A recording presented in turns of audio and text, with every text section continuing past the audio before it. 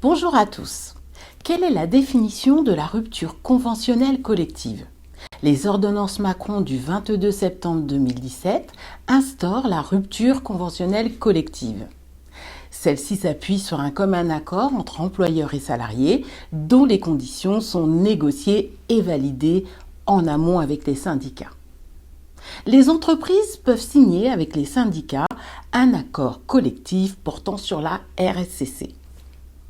Pour les entreprises, c'est une façon de supprimer les emplois en évitant le processus long et coûteux du plan de sauvegarde de l'emploi dit PSE qui implique des licenciements.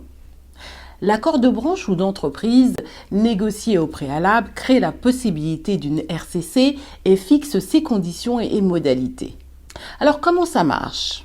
Seul l'employeur peut être à l'initiative des négociations qui aboutissent à la signature d'un accord collectif majoritaire avec les syndicats.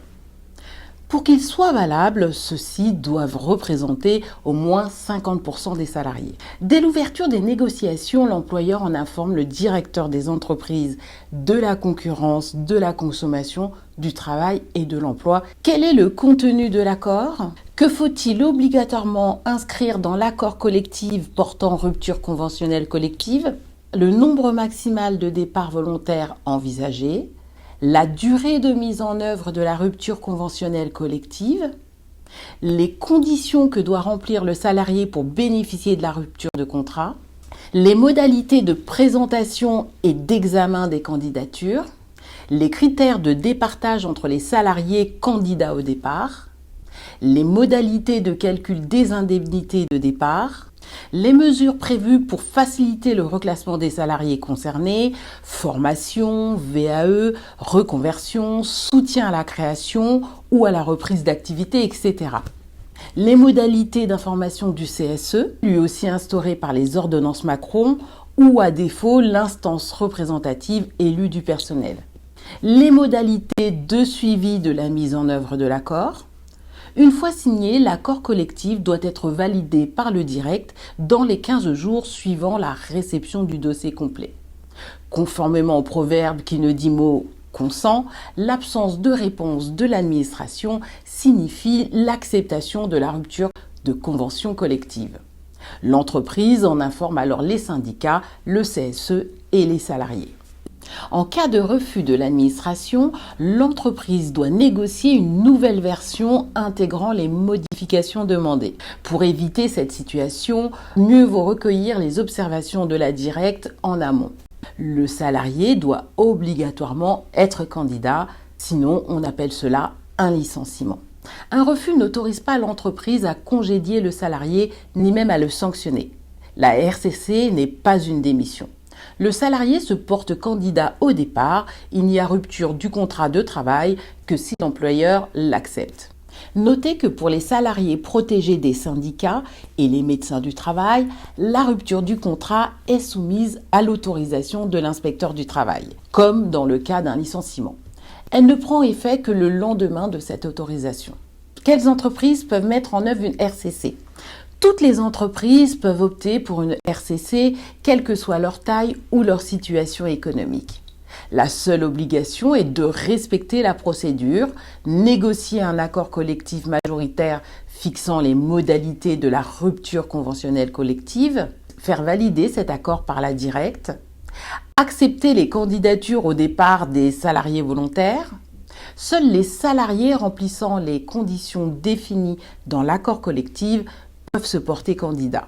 Dans le cas d'un nombre trop important de candidats au départ, les critères de départage sont fixés dans l'accord. Les seniors risquent-ils d'être pénalisés ? L'accord collectif étant soumis à validation de l'administration, celle-ci est censée veiller au grain. Il ne pourra pas y avoir de discrimination liée à l'âge. Pour autant, rien n'empêchera les entreprises qui le souhaitent de réembaucher des salariés plus jeunes. Quelles conditions, quelles indemnités, quels droits au chômage ? Le salarié concerné touche une indemnité de rupture dont le montant déterminé dans l'accord est au moins égal à l'indemnité légale en cas de licenciement économique. Elle ne peut donc pas être inférieure à un quart d'un mois de salaire pour les 10 premières années d'ancienneté et un tiers pour les suivantes. Le salaire de référence est à minima la moyenne des 3 derniers mois complets ou des 12 derniers mois complets selon ce qui avantage le salarié. Cette indemnité est largement exonérée de charges et d'impôts. Contrairement à une démission, la RCC donne droit au chômage. Mais le salarié ne peut pas bénéficier du contrat de sécurisation professionnelle ni de la priorité à la réembauche comme c'est le cas lors d'un licenciement économique. L'entreprise est libre d'embaucher de nouveaux salariés. Quelle différence avec un plan de sauvegarde de l'emploi dit PSE ou avec un plan de départ volontaire dit PDV? Le PSE doit être justifié par des difficultés économiques, tandis que le PDV fait l'objet d'un contrôle judiciaire. La RCC est plus rapide et plus simple à mettre en place. Est-ce la porte ouverte à toutes les fenêtres? Certains craignent un plan social déguisé. Pourtant, la rupture conventionnelle collective ne permet pas aux entreprises de faire n'importe quoi. Aucun accord ne peut être signé sans les syndicats, ni entrer en vigueur sans être validé par l'administration. Elle permet d'échelonner les départs volontaires et d'éviter les licenciements. La notion de départ volontaire inquiète certains syndicats et partis d'opposition. Les entreprises pourront-elles pousser leurs salariés vers la sortie? L'administration veille à ce que l'accord exclue toute forme de licenciement, qu'il contienne des mesures pour faciliter le reclassement des salariés et que le CSE ait bien été informé en temps et en heure voulu. Pour plus d'informations, rendez-vous dans une prochaine vidéo. À bientôt!